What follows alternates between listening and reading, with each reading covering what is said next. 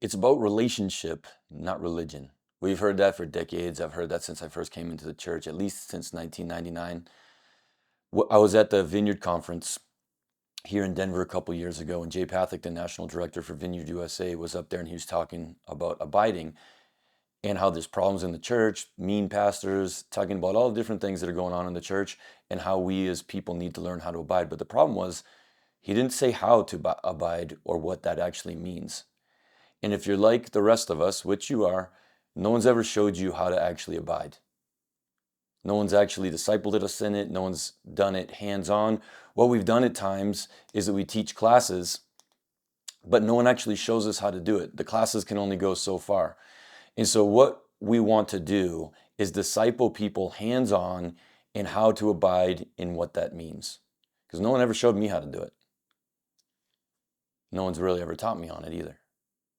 See, there's a process.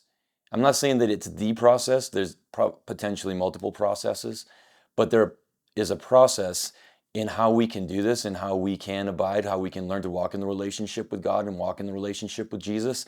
And this is what works for me. And this is what works for me in discipling others in this process. I'm not saying you have to do this exactly like this. It could be a little bit different for each person. But what I am saying is that this is effective. It's not just effective for me.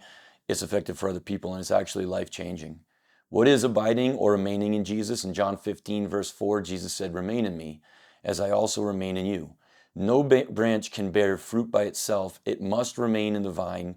Neither can you bear fruit unless you remain in me." So Jesus knew that the remaining or the abiding in God, staying close to Him and cultivating that intimate relationship with Him was the key to all of it, to the key to the entire Christian walk.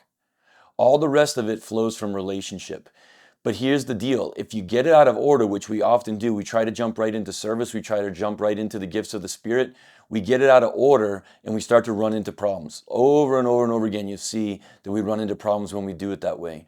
Because at the end of the day, the abiding and the abiding process is us getting God's heart. So let's take a look at what abiding looks like.